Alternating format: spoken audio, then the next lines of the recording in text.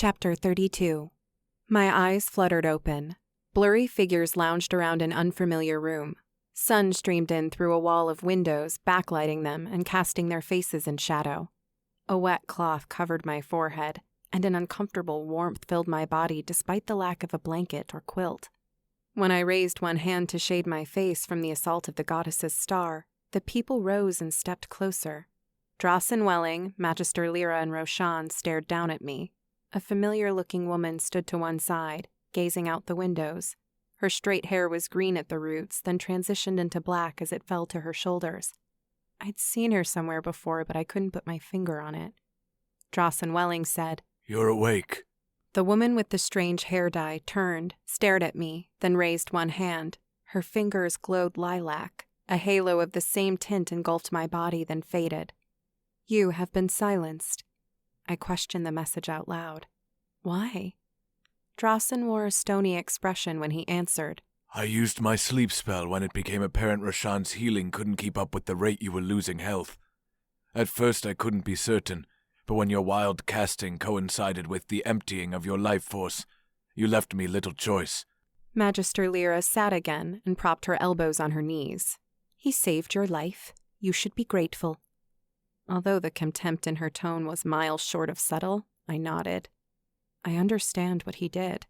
I looked at Drawson. And I do appreciate what you did. But I was asking why that woman is silencing me. She stepped forward, the sides of her mouth turned up slightly.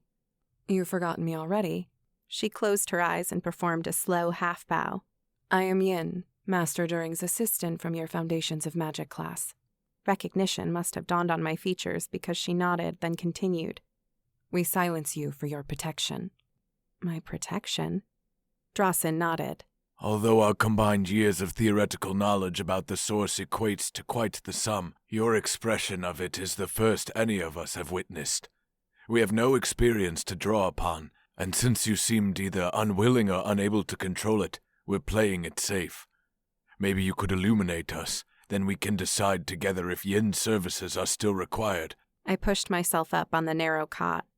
Where am I? A voice from behind caused my shoulders to jerk. "In my suite." Master Mora stepped into view. The persistent gray under her eyes lent age to what otherwise was an unblemished face. "You are welcome to recover here." "I'm fine." Roshan's mouth pinched into a smirk. "Are you?" She marched over, chin high, then pulled the rag from my forehead. She set the back of her hand against my flesh, then clicked her tongue. "Still clammy, still warm. Better, but not recovered fully." Drawson nodded as if he understood perfectly, then asked a question that defied the gesture. "Do you still feel it? To draw from the source such brutal energy that it disintegrates demons must come with recognizable sensations, yes?" I nodded.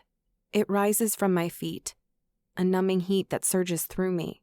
"Does its surge remain?" I swung my legs over the edge of the cot, then shook my head. "No, I just feel a bit warm."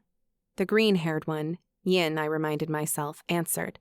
"But she is silenced. Wasn't that the whole point?" Welling tapped his index finger on his lips. "In theory, yes. But for all we know, the source involves a different set of rules.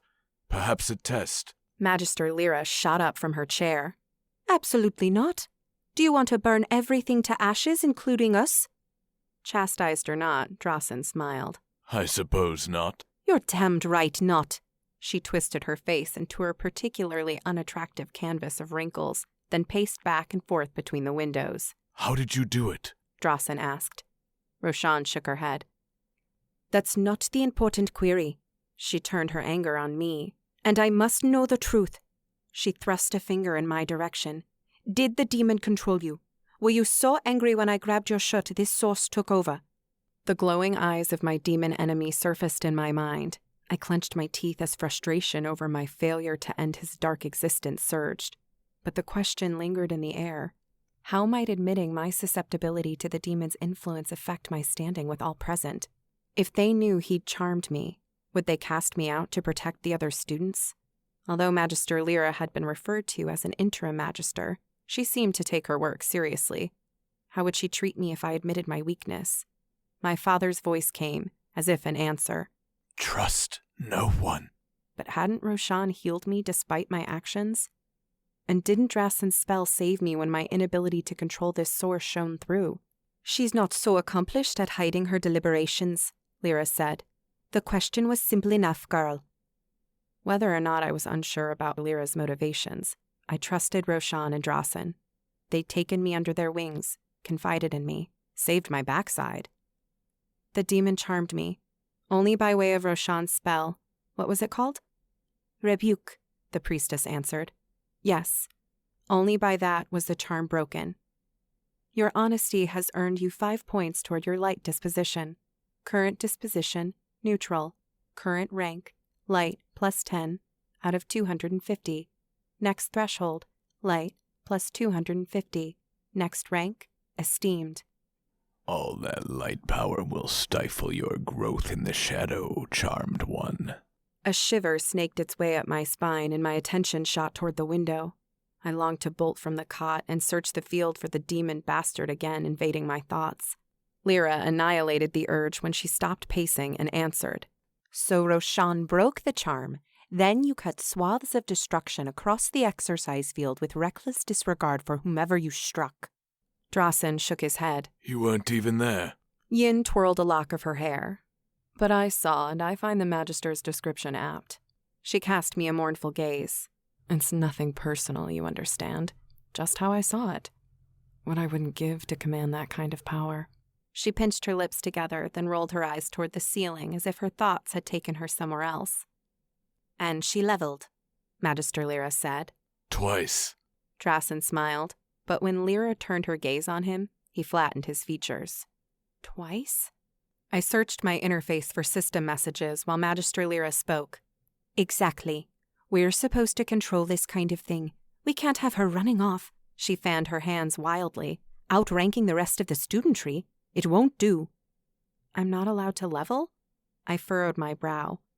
How will we defend the academy and the people of Rubal if we don't level? Lyra huffed with frustration. We control this kind of thing. You aren't supposed to start leveling until second semester, and then only under our direct supervision. The text I sought flooded my screen. You completed a legacy challenge. The demon minions were driven back. Reward, 4,500 XP, plus 50 reputation with the citizens of Warrington. Congratulations. You have reached level 9. Since you have not chosen a class, your attribute points are assigned to Constitution. Plus 2 Constitution. You are awarded 1 elective attribute point. You have 7 elective points to spend. You must visit an attributes trainer to spend these attribute points. Lyra snapped her fingers. Are you listening, Tess? I brought my chin up. Yes, Magister Lyra. May I ask how you leveled twice? You didn't kill that many demons. The goddess sent me a legacy challenge. Apparently I completed it despite Master Welling's putting me to sleep. Yin snapped out of her daze. A legacy challenge? But you were only, what, level 6 at the time? I raised my shoulder in a half shrug. Yes? Master During's assistant threw her hands up, then let them drop to her sides. Yes. Her head turned toward the ceiling, as if it's an everyday occurrence for a noob? Roshan asked. Yin's eyebrows furrowed, then her head tilted. Huh? A youngling, a low level. Ah, yes, a noob. Roshan rolled her eyes. Don't even try to pronounce it. You Rubalians speak my tongue like barking dogs. Could we please focus on the issue at hand? Lyra's frustration with the chatter seemed to grow louder with each utterance. We could if you focused on the right issue, Drasen said. Then he added, Magister. Oh, please enlighten us, Grandmaster Welling. What issue should I focus on? His eyes rolled slowly in my direction. When we locked gazes, I detected a slight tilt upward at one side of his mouth. I suppressed a smile. He looked at Lyra again. How does Tess learn to control this power so she might bring it to bear in support of our goals? This is no longer my problem, she waved a hand. I must protect the students. What? I shot up from the cot. You plan to cast me out? Yin raised her hand. It glowed.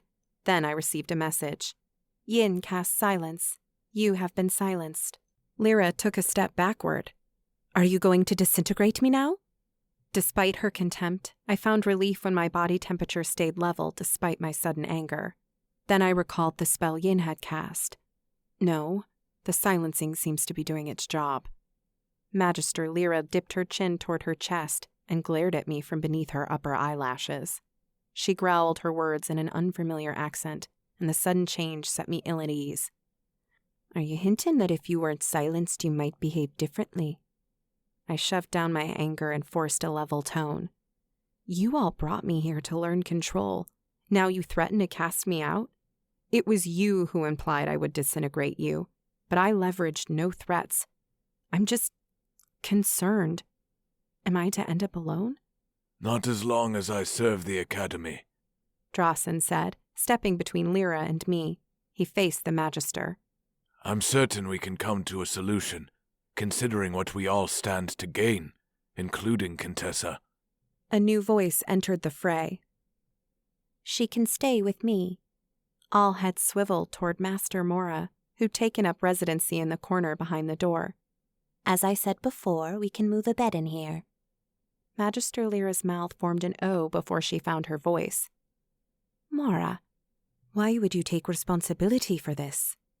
The mage folded her arms across her chest. Because unlike the rest of you, I was a staff member here before. I've seen what power placed in the wrong hands can do. I experienced the constant shroud of the Worsager's evil aura and was attacked by a demon once in this very room. She stepped toward me, then faced the Magister as she set an arm across my shoulder. Aside from the mythic, I've never heard of a being who was offered legacy quests at low levels and wielded such power. Turning her out now would be nothing short of stupid. Your tongue is sharp, Lyra said. And your contempt is unbecoming. I know you didn't want this job, Lyra, but you accepted it, and now you must do it. Lyra's lips parted as if she'd speak, but Mora raised one hand to stave off her reply. Let me finish. The Magister slammed her mouth closed, but her jaw ticked as she ground her back teeth. I could think of no better teachers than Masters Welling and Roshan. You have a devout priestess of the light who is called to serve the Shenhua. Roshan shot a warning glare at Mora, but she pressed on. I wondered what that was about. Mythics, Shenhua, I was lost. On the other, nothing less than the leader of a Shadow Council coven, who I firmly believe will do everything he can to help her harness this power. A power about which he knows nothing. Drawson shook his head. Master Renard has promised to share with me many elven tomes referencing the source from ancient times. I will study them, and Tess and I will learn together. That the instructor who expelled me from his class offered his sacred texts in my interest caught me by surprise. My heart thumped. Magister Lyra let silence bloom for a minute before she responded. She can live in town. Mora shook her head. I wouldn't have her live in a shack. No. Cast her out, and I'm going with her. You underestimate my resolve, Lyra replied. Welling interjected. This is too important, Lyra. We all want to protect the students, but I am with Mora. I go where Tess goes. Yes, but you have different motivations. What motivations? I asked. Drawson waved a dismissive hand. A conversation for later, Tess, and I assure you it will be had. Take her to the Fowler Foundation, Lyra suggested. Roshan shook her head. The Master wanted her to come here. The people there saw what Tess can do, and while they might welcome her someday, that day hasn't come. I have a solution, Drawson said. Oh, by all means, Lyra said. Let's have it. The strange accent persisted, and I wondered where she'd come from, but it didn't seem the right time to ask. I will bind her. Everybody in the room jerked. Bind her? Lyra asked. Seriously? Only if she agrees. Drawson turned his gaze on me. What better way to keep tabs? Bind me? Like my father had done? Would I lose sight of my mana? Stop advancing? Drawson shook his head. No, of course not. That would betray our intent to train you. No, I would merely receive updates in my interface if you came to danger, cast a spell, things of that nature. Oh. Although I wasn't sure about giving up my privacy, Lyra's persistent scowl left little doubt as to my limited choices, but I had questions. And could I choose to be unbound? Drasen shook his head. If it was that easy, it wouldn't be much consolation to the Magister, now would it? No, I would have to release you. He raised an index finger. But if you'll offer me your trust, I will provide assurances. If you choose to be unbound, I will break the bond. He directed a single nod toward the Magister. With the understanding that you will leave the academy and never return. Lyra twisted her lips to one side. And she must agree to live here with Mora? She cannot attend classes, and private training will take place away from academy grounds. A generous concession, Magister. Roshan bowed, but Lyra wasn't finished. And if we have any further occurrences on academy grounds, you will take responsibility and see that she is sent somewhere far away. I suppressed the urge to smirk. It is agreed, Drasen said. Lyra shot me a warning glare. Do not test me, Contessa of Milbury. Although I hold no ill will toward you, I contend this power is beyond you.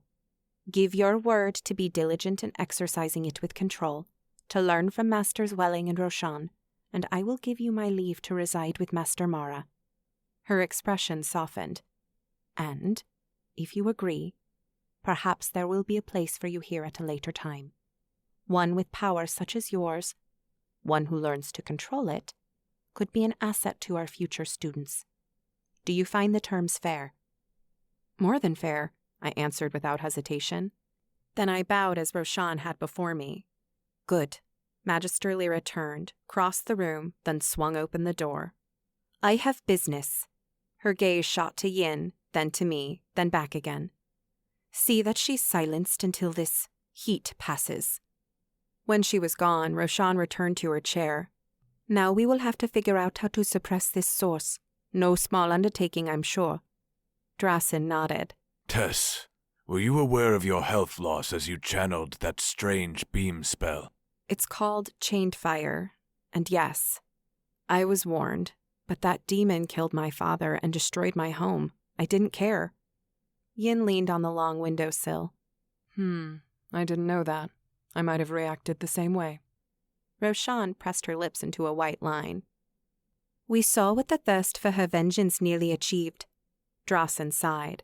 It nearly killed that demon. It nearly killed Tess. We must do better.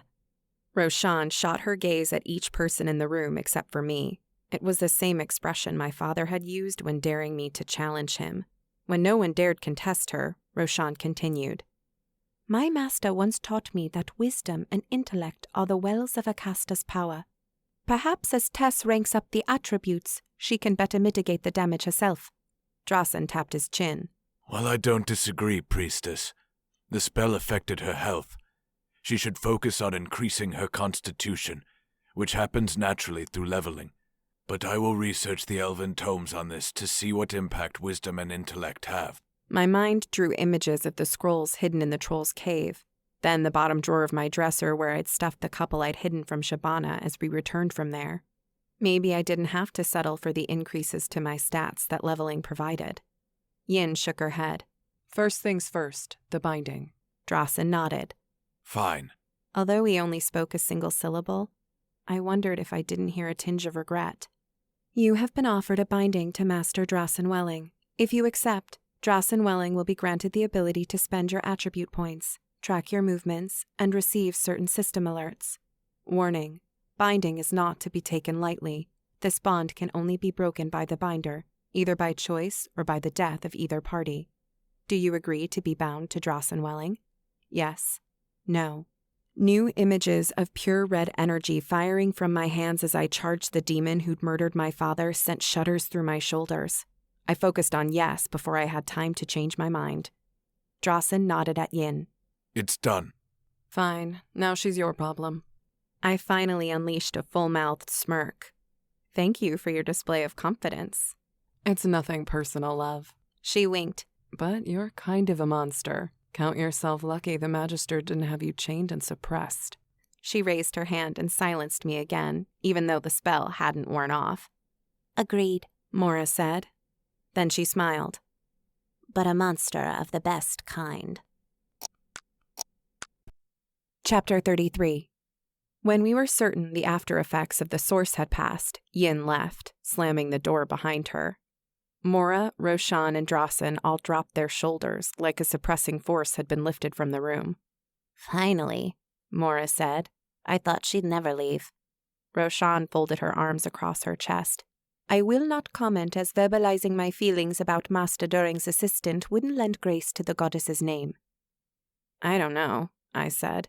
She seemed a little sympathetic when I explained who the demon was, what he had done. Drawson nodded. You're more forgiving than I. Roshan's bottom lip pushed forward. "But your sentiment expresses your capacity for forgiveness. This is good. It shows you're capable of patience." Mora sat on the edge of the cot and patted it. I dropped next to her. "I can have your bed moved in and properly prepare the room by tomorrow evening. You should pack whatever belongings you brought." She nudged me with one elbow. "But don't worry, I have no designs on monitoring you.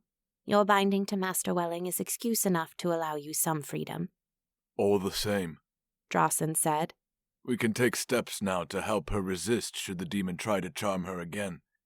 He stood, then paced over to the cot. Tess, I'm going to lay my hand on your forehead. Just relax. "Wait," Roshan said. "Are you teaching her spells?" Yes, but you're missing the important piece. Now that she's bound to me, I can spend her attribute points.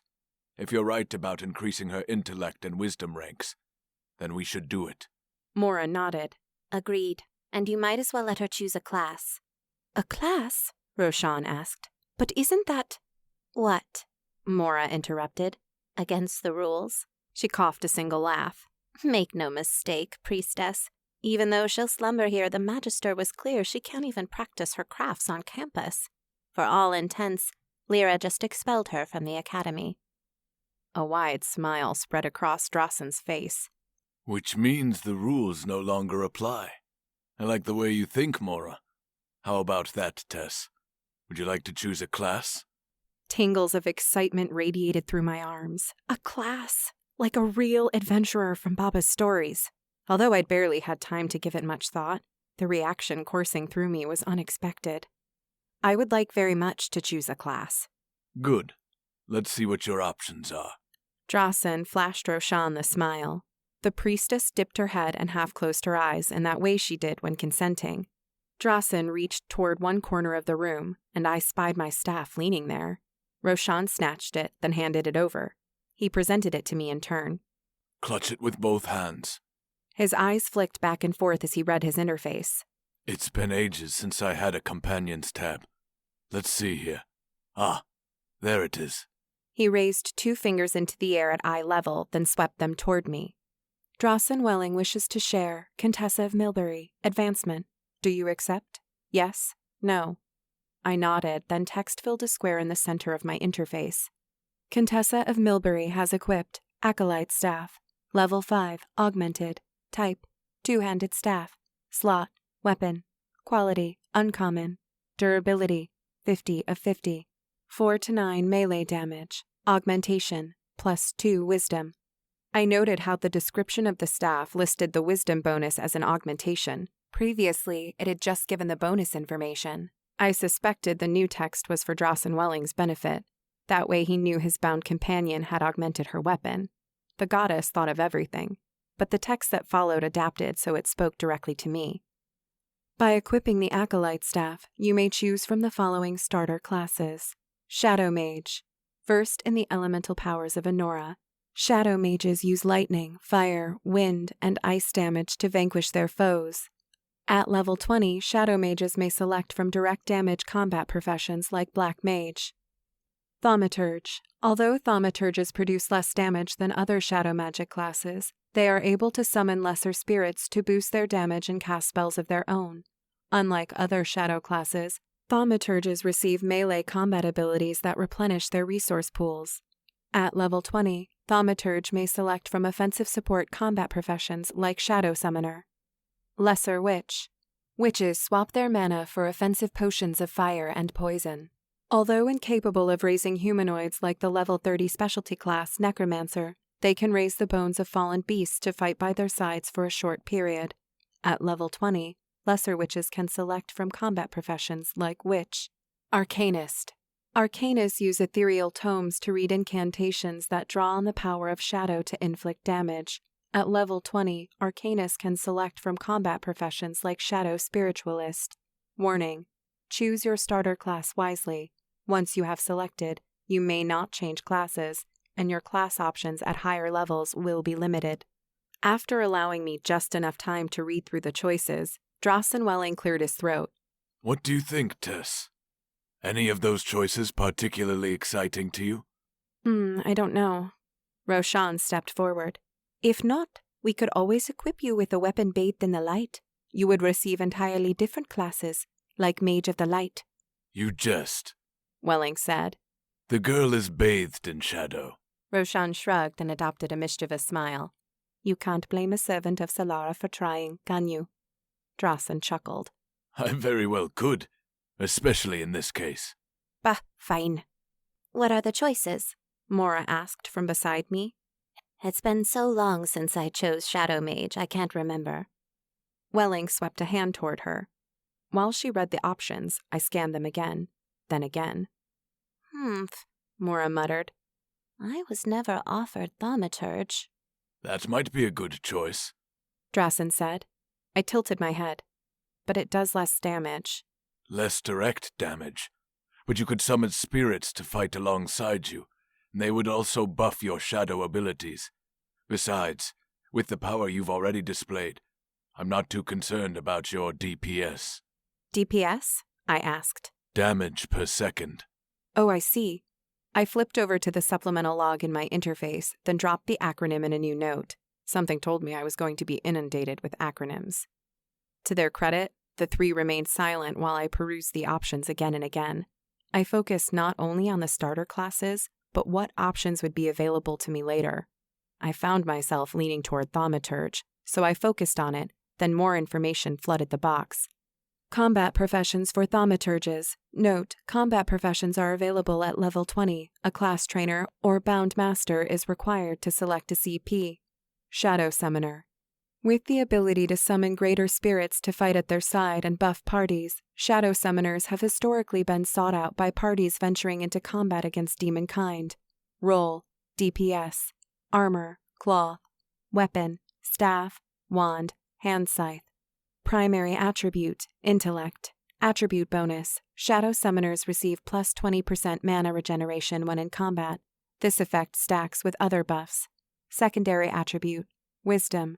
Special abilities: summon greater fire spirit, summon greater ice spirit, summon greater wind spirit, shockwave 2, dark siphon, drain life 2, ability pool, shadow mana, spirit ability, must be learned through meditation, unique per individual. Although the special abilities listed drew my interest, my attention then focused on the last line. What is a spirit ability? Roshan tapped Drawson's shoulder. He nodded and stepped to one side. She knelt so her eyes were level. This is what we discussed in my shop. When you reach level 20, you receive a new pool, like mana and health. It's called Spirit. Everyone's spirit ability is different. You can use it once per day, but you must meditate in order to refill the pool so that it might be used again. Drawson interjected. I noticed you performed an augmentation on your staff. When you reach level 20 and have capped your skill rank for that level, you'll have to learn your spirit ability to use the beginner's stone of augmentation. Goddess only knows why. Do not question the goddess in this way when in my presence, Roshan said. Apologies, priestess. I took his droll tone to mean he'd just as soon get back to business as open debate about Solara's will with the devout priestess of the light. I decided to help push things forward. What's your spirit ability, Roshan? I can heal my entire party or raid members up to a maximum of 10, to full health. Wow, that sounds useful. She nodded but didn't reply. I would have been more excited.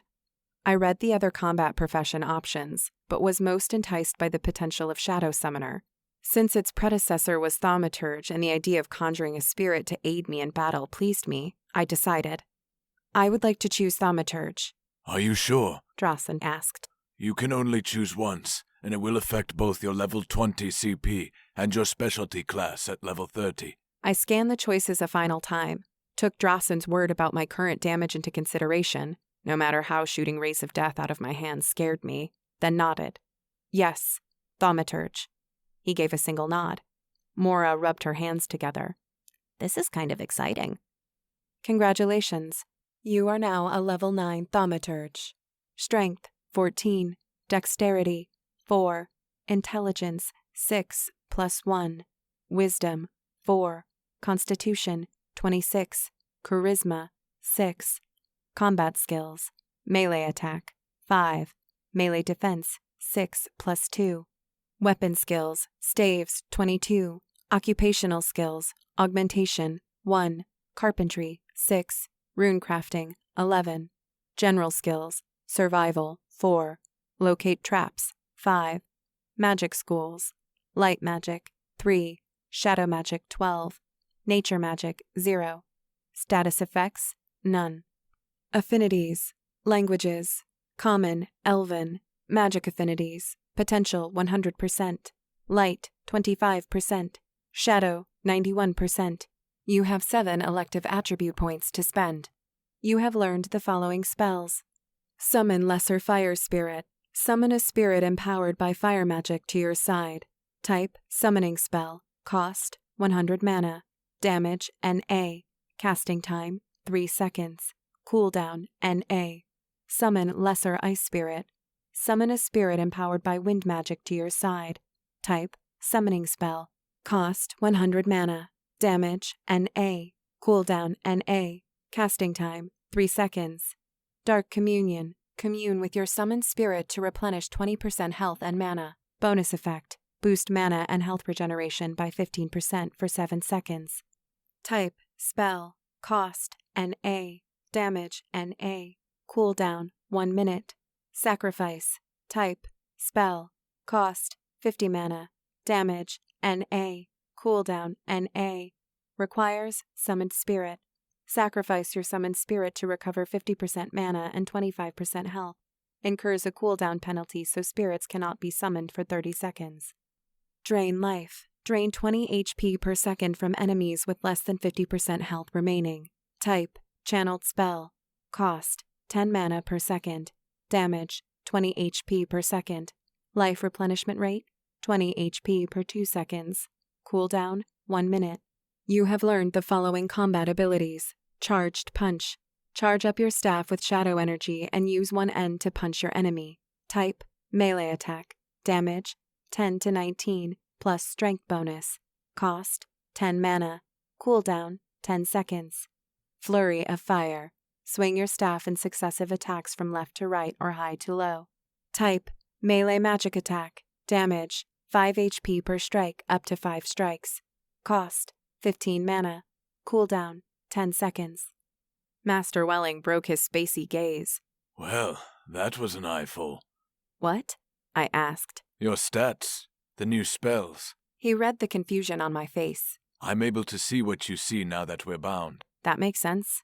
We'll have to find a place for you to practice those spells, but in the meantime, you should go and rest. Mora nodded. And pack your things. I'll have the room ready tomorrow. I stood but didn't move toward the door. If I bound myself to Drawson so he can keep a watchful eye, why do I need to move? Mora leaned back on the cot and set her hands down to support her. Because Lyra doesn't want you in the dormitories with the other students.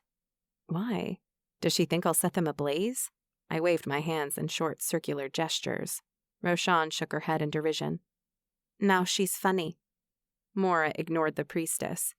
I suspect it's as much for your own protection. Word will inevitably have traveled.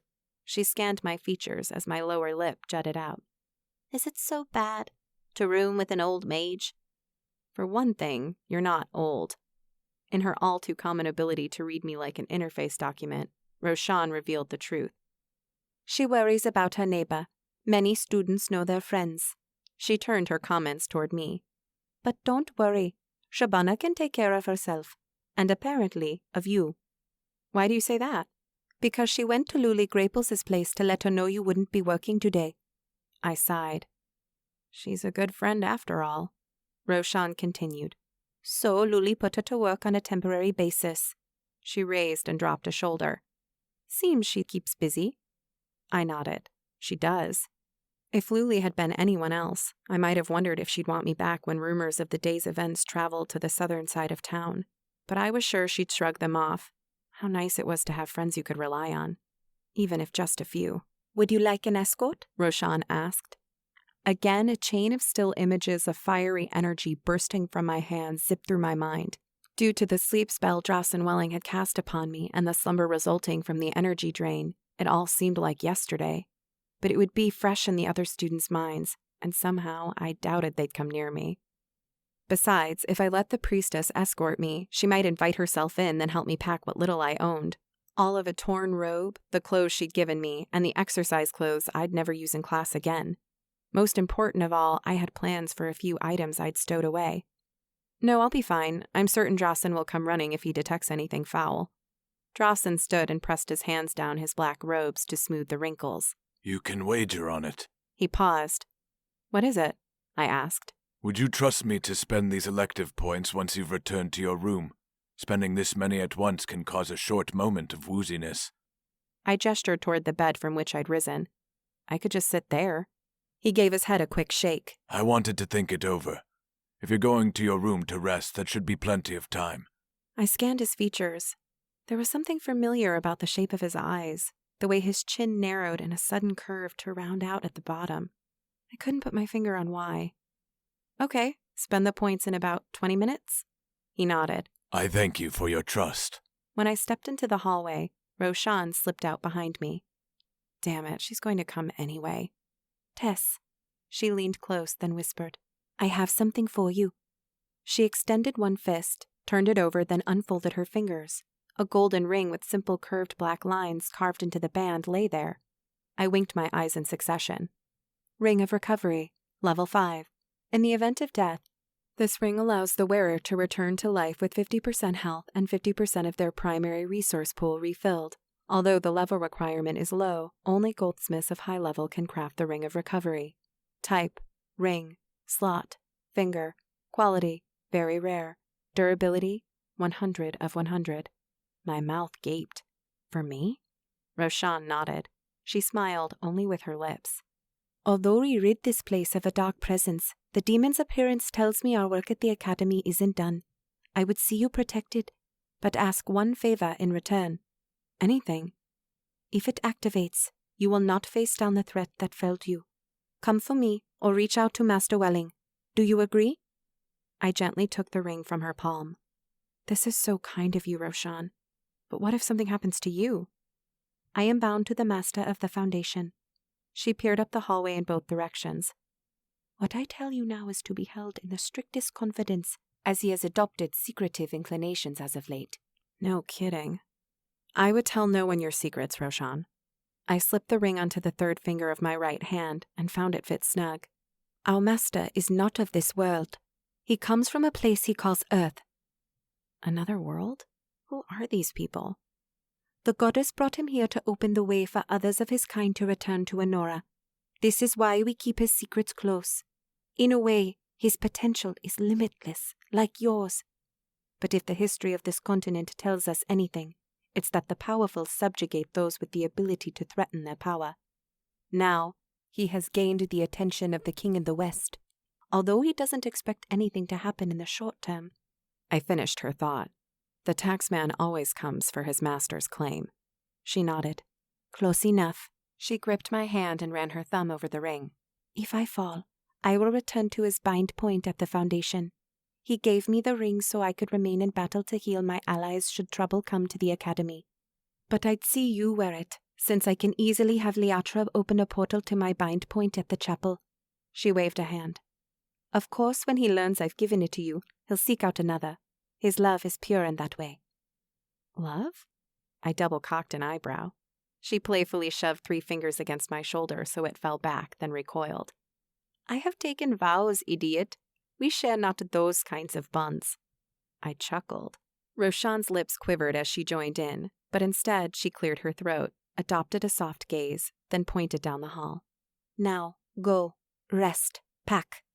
Yes, Master Roshan. And stop calling me master unless students are around. I stomach it in the interest of discipline among their ranks. But I find I dislike it as much as... Well, just go.